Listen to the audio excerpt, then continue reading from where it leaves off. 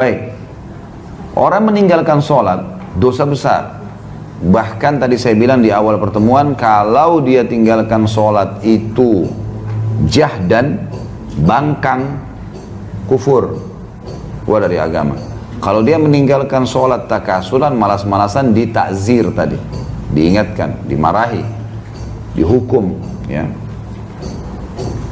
Baik, kita baca dulu dalil-dalil tentang masalah meninggalkan sholat ini, ya. Baru kita masuk nanti penutupan insya Allah masalah tata cara sholat itu sendiri. Kata beliau di sini, penulis buku mengangkat firman Allah surah Maryam ayat 59 sampai ayat 60. A'udzu billahi minasyaitonir rajim. Fa khalafa min ba'dihim khalfun adha'us salata wattaba'us syahawat fasawfa yalqawna ghayya illa man taba wa amana wa amila salihan fa ulaika yadkhuluna jannata wa la yudlamuna syai'a. Tentu ibu-ibu yang pegang buku, ada di ayat yang saya baca di atas, ada titik-titik disambung di bawah di footnote, ya. Sambungan ayatnya ada di bawah itu. Footnote nomor 3. Ya. Maka datanglah sesudah mereka, orang-orang yang tidak sholat itu efeknya, bahayanya adalah akan datang generasi setelah mereka juga yang tidak sholat. Gitu kan. Dan setiap orang yang meninggalkan sholat maka pasti akan mengikuti hawa nafsunya. Dan mereka kelak akan menemui kesesatan. Nggak ada lagi panduan. Kalau tidak sholat, udah hilang semuanya nih. Sholat ini penenang jiwa. Kecuali orang yang taubat, beriman dan mengerjakan kebaikan, maka mereka itu akan masuk surga dan tidak dizalimi sedikit pun. Ini dalil yang pertama tentang masalah meninggalkan sholat. Ya, larangan, ada ancaman. Mereka akan sesat kalau tidak sholat. Kemudian dalam surah Al-Ma'un ayat 4 sampai ayat 5 bunyinya a'udzubillahi minasyaitonirrajim fawailun lil musallin alladzina hum an salatihim sahun. Maka celakalah bagi orang-orang yang salat, yaitu orang-orang yang lalai dari salatnya. Lalai, jadi dia salat kapan dia mau. Ya, tadi saya bilang meninggalkan salat secara malas-malesan. Ya. Kemudian ada satu tempat di neraka namanya sakar. Sakar ini tempat untuk menyiksa orang yang tidak sholat. Allah sebutkan dalam surah Al-Muddathir ayat 42 sampai 43. Al-Muddathir ayat 42 sampai 43. Tentu yang pegang buku bisa lihat di situ. Kalau yang belum punya bukunya bisa lihat, ya. Buka Quran di HP-nya. A'udzu billahi minasyaitonir rajim. Ma salakakum fi saqar? Qalu lam nakum minal musallin. Apa para malaikat nanti akan tanya mereka, orang-orang yang masuk neraka sakar tuh, apa yang membuat kalian masuk ke dalam neraka sakar?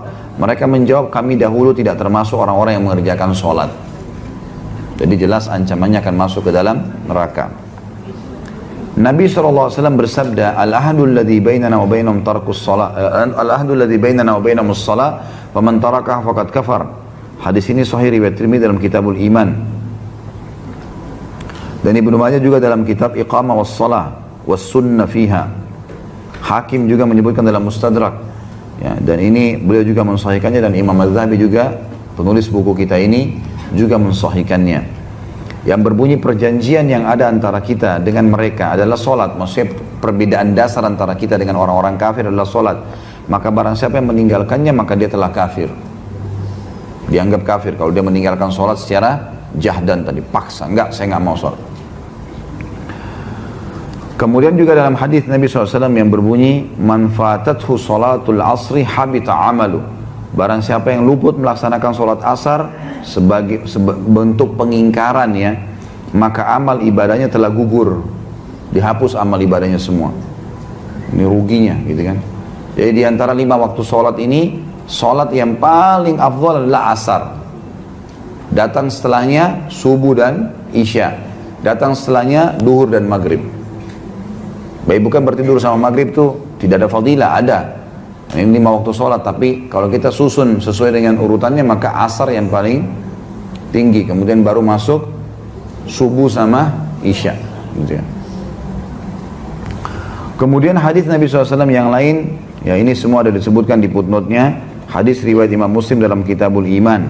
Dan juga Abu Daud dalam Kitabus Sunnah, Tirmidzi dalam Kitabul Iman. Kata Nabi SAW, bainal abdi wa bainal syirki tarkus salat. Antara seorang hamba dengan kemusyrikan adalah meninggalkan salat. Hadis yang lain riwayat Imam Ahmad, juga Al-Mundhiri menyebutkan dalam Targhibut Tarhib Dan beliau mengatakan atau berkata, diriwayatkan oleh Ahmad dan Baihaqi, dan para perawi-perawi Imam Ahmad semuanya thiqah, dapat terpercaya, ya. Kata Nabi SAW, man taraka salat muta'ammidan faqad bari'at minhu zimmatullah. Barang siapa meninggalkan salat secara sengaja, maka sungguh jaminan Allah telah lepas darinya. Maksudnya jaminan makanan, jaminan minuman. Kita semua ini, ibu-ibu sekalian, kalau jaga 5 waktu salat, maka dipastikan semua yang kita butuh hari itu dipenuhi sama Allah. Udaranya, cahayanya, makanannya, minumannya, Allah kasih semua. Asal jaga waktu 5 waktu sholat, karena dia menciptakan langit dan bumi, dia menciptakan semuanya.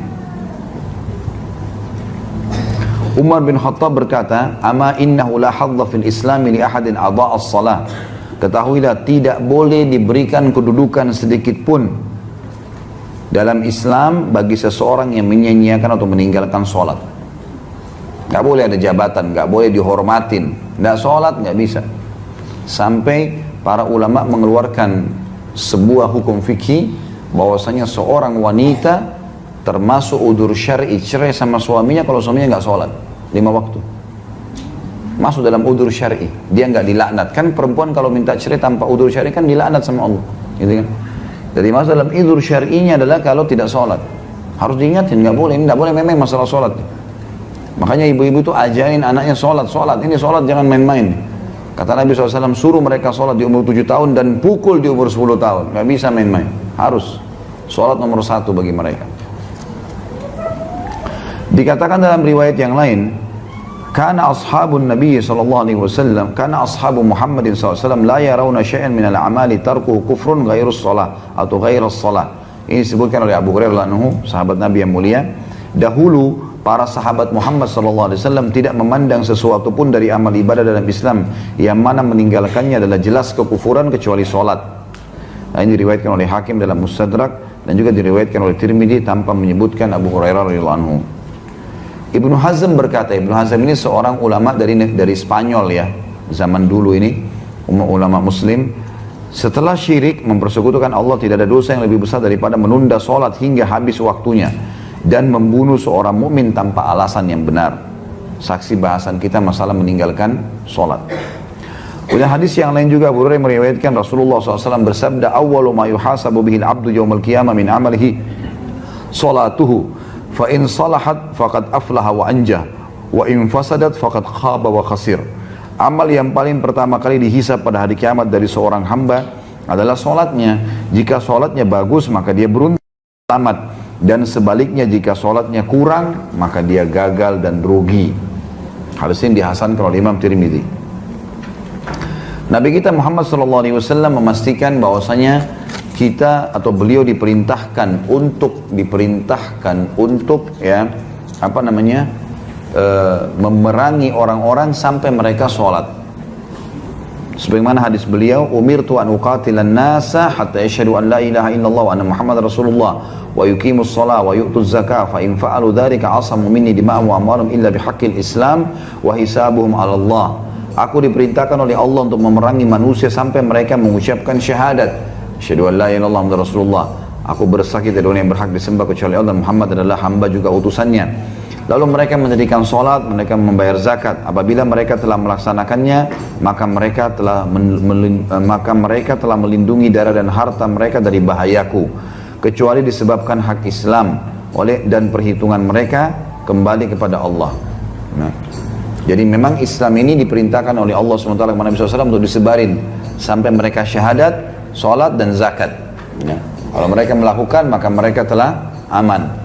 Jadi saksi bahasan berarti ada ancaman orang yang tidak sholat.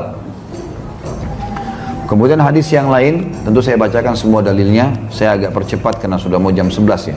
Saya ada acara ceramah lagi tentunya. Saya akan bacakan dalilnya. Selanjutnya adalah hadis Bukhari Muslim. Anna rajulan qal, dari Abu Sa'id radhiyallahu anhu, anna rajulan qal ya Rasulullah ittaqillah. Qala wailaka awalastu ahaqqu ahli al-ardi an yattaqillah an yattaqiyallah. Faqala Khalid bin Walid radhiyallahu anhu ala adribu unukahu ya Rasulullah. Faqala la la'allahu an yakuna yusalli. Bahwasanya seseorang laki-laki pernah berkata kepada Nabi SAW, bertakwalah, takutlah kau kepada Allah. Jadi kalimat ini berat sebenarnya itu dalam bahasa Arab. Jadi seakan-akan kau ini salah gitu loh. Takutlah sama Allah. Maka Nabi SAW sempat marah sama orang itu sambil berkata, ada apa denganmu? Bukankah aku adalah penduduk bumi yang paling berhak untuk takut sama Allah? Aku harus yang paling takut sama Allah.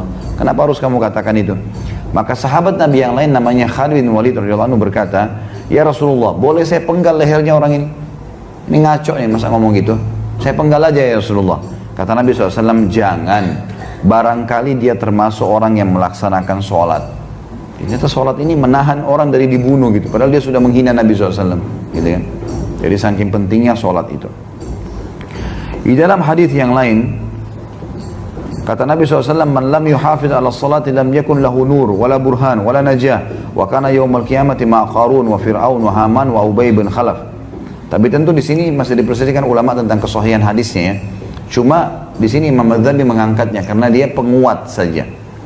Barang siapa yang tidak menjaga sholat maka dia tidak dapat cahaya, bukti yang nyata, maksudnya pertolongan, dan tidak pula keselamatan. Dan pada hari kiamat dia bersama Qarun, Fir'aun, Haman, dan Ubay bin Khalaf.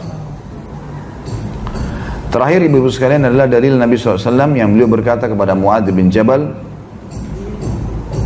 Ma min abdin yashhadu an la ilaha illallah anna Muhammadan abduhu wa rasuluhu illa harramallahu 'alan nar. Tidak ada seorang hamba yang bersaksi tidak Tuhan yang berhak disembah kecuali Allah, kemudian dia juga mengatakan Muhammad adalah utusan Allah, melainkan Allah akan mengharamkan baginya untuk masuk neraka. Maksudnya adalah di sini kata ulama hadis, syahadat ini akan mendorong orang untuk melengkapkan rukun Islamnya. Maka setelah itu dia akan kerjakan sholat, dia akan kerjakan zakat, dia akan puasa, dia akan haji. Dan kalau dia kerjakan itu dia akan dapat jaminan surga. Kata penutup Imam Adzhabi, maka orang yang menunda sholat hingga habis waktunya adalah orang yang menanggung dosa besar. Kalau ada orang sengaja undur duhur misalnya, sampai azan asar, oh saya belum sholat nih, baru sholat, itu dosa besar. Tetap dia sholat, tapi tunda-tunda, sampai keluar dari waktunya, ini sudah dosa besar. Dan orang yang meninggalkan sholat secara total, yakni satu sholat saja, sengaja nggak mau sholat subuh, nggak mau, maka dia adalah seseorang, ya, dia seperti orang yang berzina dan mencuri, karena meninggalkan setiap sholat atau menundanya hingga tidak sempat mengerjakannya adalah satu dosa besar. Jika seorang melakukan itu berulang kali, maka dirinya adalah termasuk orang-orang yang gemar melakukan dosa-dosa besar, kecuali apabila dia bertaubat. Dan jika terus-menerus meninggalkan sholat, maka dia termasuk di antara orang-orang yang merugi dan celaka serta durjana. Dalam arti kata bisa masuk pada tingkat kekufuran.